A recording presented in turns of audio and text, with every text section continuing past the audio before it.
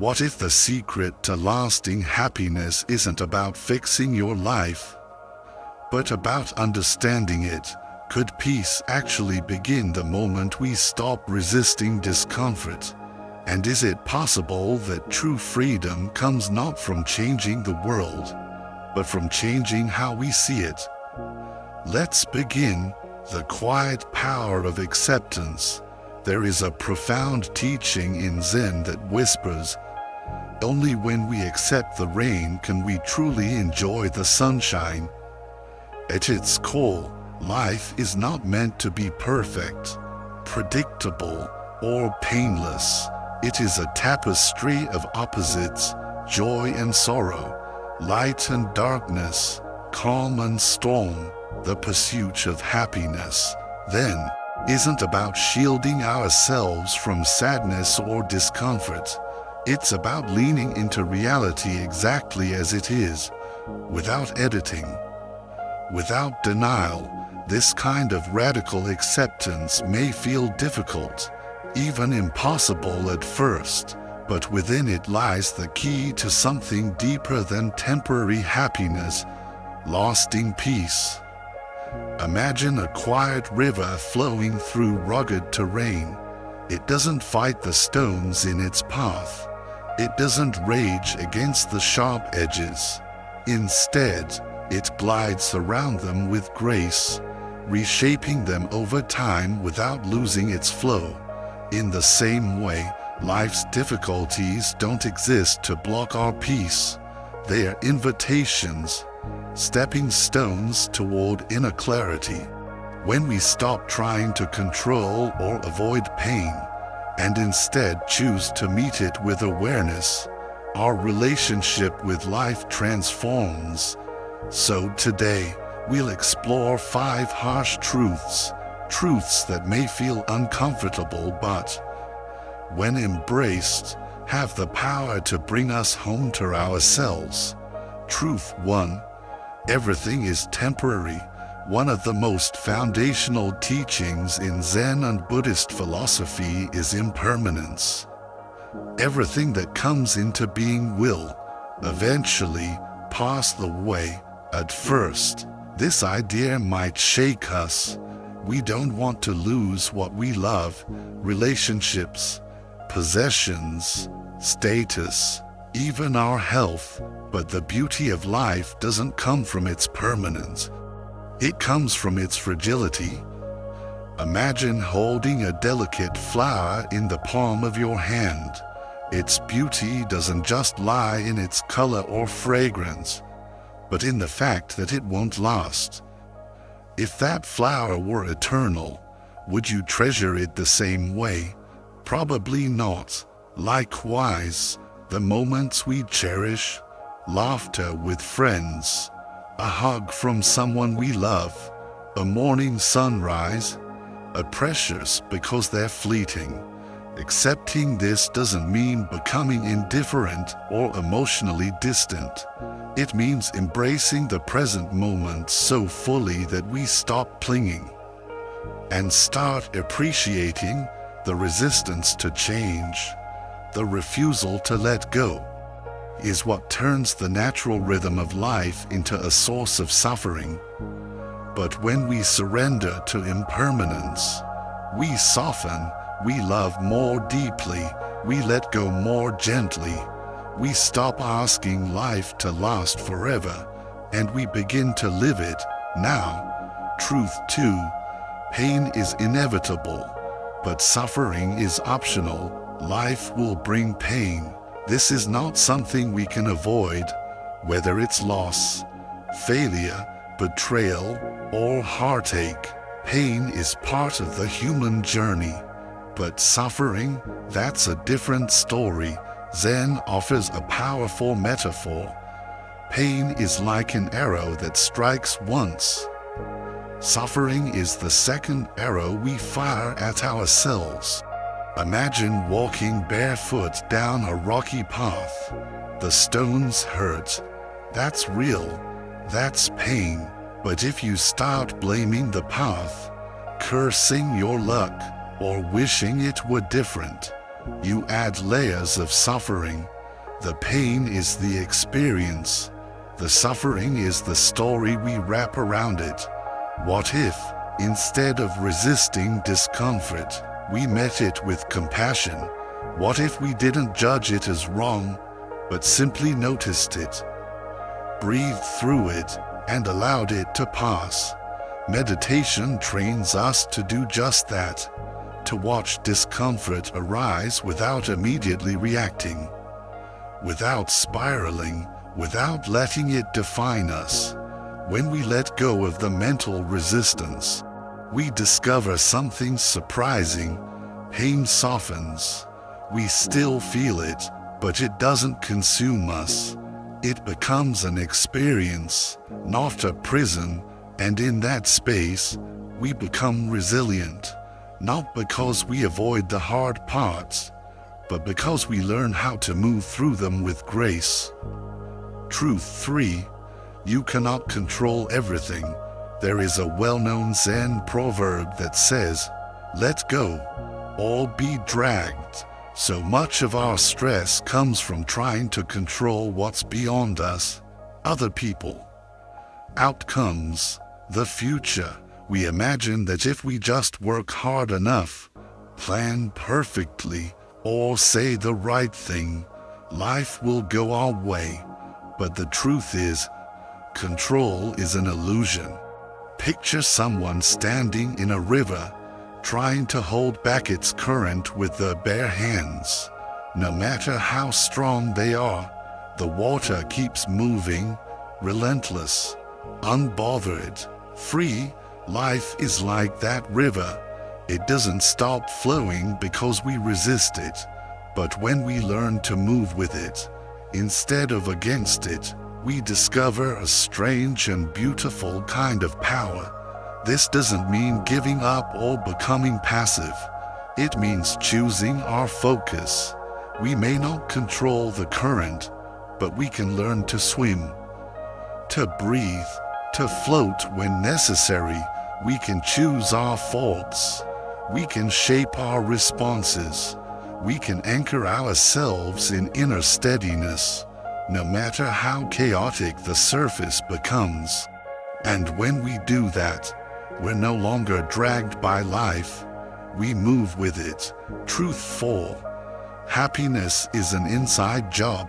We often search for happiness in things outside ourselves, possessions, success, approval. We imagine that once we achieve this or gain that, we'll finally be okay. But Zen reminds us, true happiness comes from within. The person who is content with themselves needs nothing else. Their joy is not fragile. It's not conditional. Imagine a tall tree standing in barren soil. It doesn't thrive because of what surrounds it, but because of what lies beneath it. Its roots reach deep. It draws nourishment from within. We are the same. When we build our foundation on external validation, we become unstable, easily shaken by life's ups and downs. But when we cultivate inner stillness, our happiness becomes rooted, real. Practices like meditation and mindfulness reconnect us with that inner source. They remind us that we are more than our achievements, more than our circumstances. We are already whole. When we stop chasing happiness, we begin to discover the joy that's been waiting quietly within us all along. Truth 5. Not everyone will understand or accept you. This may be one of the hardest truths to face, but it is essential. No matter how kind, sincere, or thoughtful you are, there will be people who don't understand you, who judge, criticize, or misunderstand your intentions. Zen teaches us, do not seek validation from others. Walk your path. Imagine a bird singing at sunrise. It doesn't care if someone is listening. It doesn't sing to be applauded. It sings because it was born to. Can you live that way? Can you do what's right for you? Not because it's approved, but because it's true. Letting go of the need for validation frees us. We no longer carry the burden of trying to be liked by everyone. We begin living with integrity, guided by our values, not their opinions. This doesn't mean we ignore feedback or become insensitive. It means we honor our truth above all else. And in doing so, we create a life of authenticity and self-respect. The present moment is all we truly have. Many of us live caught between the past and the future, haunted by what was, anxious about what might be. But Zen reminds us, when walking, just walk. When eating, just eat. The present moment is the only place life truly happens. Yet we often overlook it, lost in stories, in memories, in fears. Regret binds us to yesterday. Worry drags us into tomorrow. And meanwhile, we miss the beauty unfolding now. The past is over. The future hasn't arrived. The only doorway into peace is the one already open before you, this moment. Can you step through it? Can you breathe here, now? That is where life begins. And that is where we'll continue next. In the next part of this journey, we'll dive deeper into how to truly live these truths. Not just understand them, but integrate them into the way we move, breathe, and respond to the world. Because wisdom without embodiment is just knowledge, and transformation begins in practice. Let's continue when we finally stop running from the present moment and learn to stand still in it. We discover that peace was never far away. It was simply waiting for our attention. The power of presence. Imagine sitting quietly beneath a tree. The wind moves gently through the leaves above you. You feel the breeze brush across your skin. Hear the delicate rhythm of birds singing, and notice the way sunlight dances across the ground. In this moment, there is no past to regret, no future to worry about. There is only now. And in this now, you are free. This is the essence of mindfulness, not an escape from life, but a full embrace of it. When we truly inhabit the present, we free ourselves from the weight of memory and the burden of anticipation. We awaken to the simple beauty of life unfolding in real time. Whether you're washing dishes, walking down the street, or sharing a quiet moment with someone you love, mindfulness transforms the ordinary into the extraordinary. The practice doesn't require silence or solitude. It requires attention, a willingness to be fully here. When we practice this way of being, joy no longer depends on external highs. We find contentment in stillness, gratitude in simplicity. Life becomes richer not because anything changed outside of us, but because we changed how we see. The wisdom of non-attachment. One of the most liberating principles in Zen is the practice of non-attachment. Contrary to common misunderstanding, this does not mean withdrawing from the world or denying our relationships. It means learning to release our grip on the need to control, possess, or define what we love.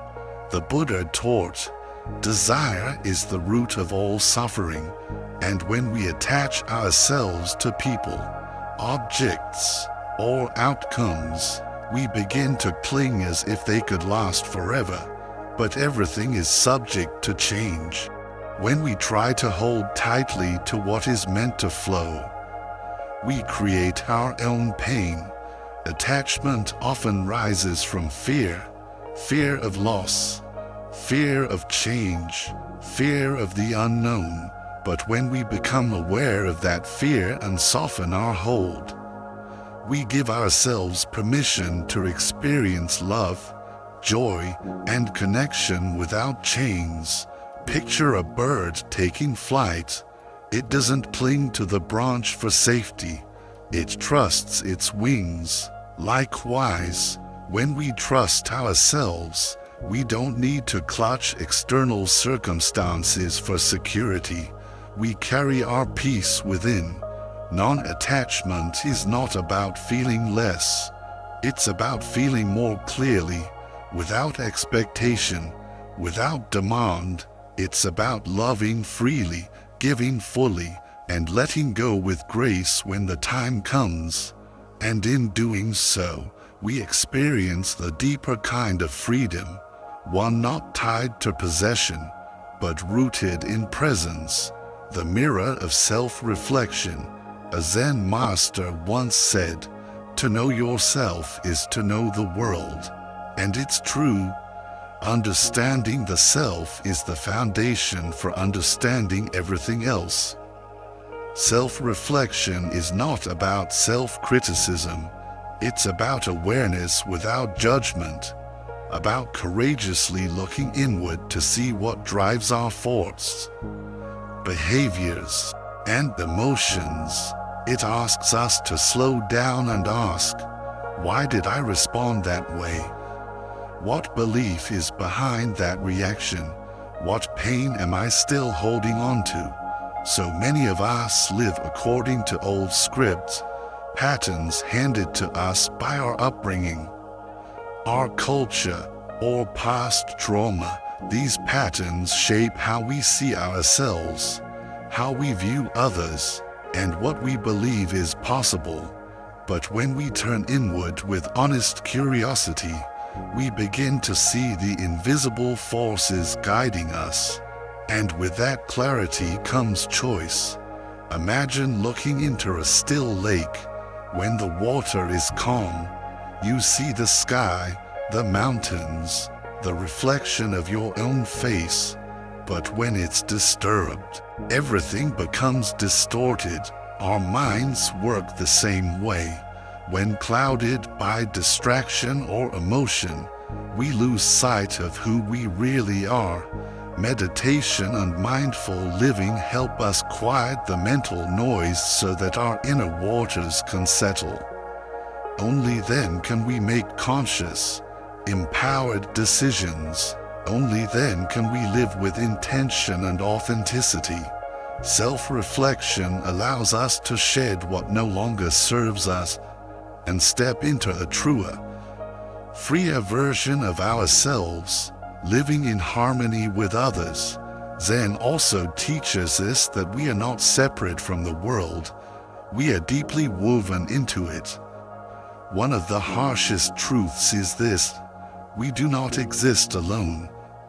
Every word we speak, every action we take, has a ripple effect. We are all part of an intricate web of relationships. Compassion and interconnectedness are not ideals. They are necessities for a meaningful life. Just as a flower does not choose which bees visit it, we must give love and kindness without attachment to outcome. We cannot control others. We cannot force understanding or guarantee reciprocity, but we can choose how we show up. We can respond with patience. We can lead with empathy. We can offer kindness, even when it isn't returned. Imagine yourself as a tree in a forest. You stand tall, but your roots are connected to those around you. You share sunlight, soil, and air. Your health is intertwined with the health of the whole. When we understand this, we stop seeing life as competition. We begin to collaborate. We begin to care not just for ourselves, but for the world we live in. Through compassionate presence, we don't just enrich others, we nourish our own hearts. Happiness expands when shared. Connection deepens when given freely. This is the harmony we were made for, the liberation of acceptance.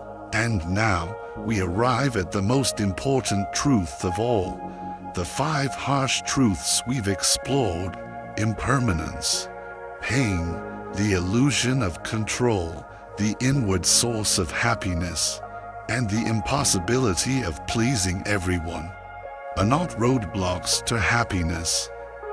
They are doorways to it. These truths don't limit us.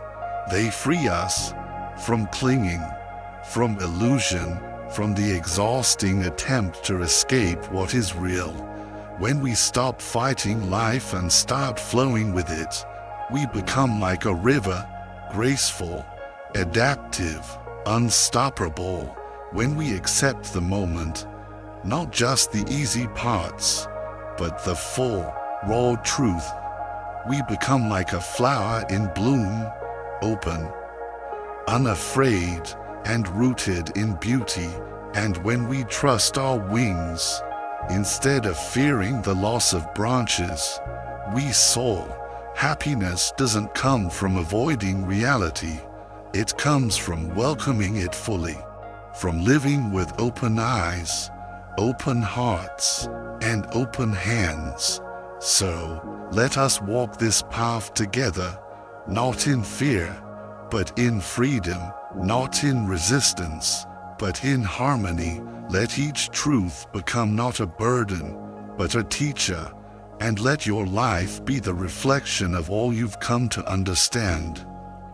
If this message resonated with you, if it stirred something quiet but powerful in your heart, please consider subscribing to the channel. Your support allows us to continue sharing meaningful stories and mindful reflections with more people. Click subscribe, tap the notification bell, and join this journey of awareness, compassion, and inner peace. And if you'd like to share, leave a comment.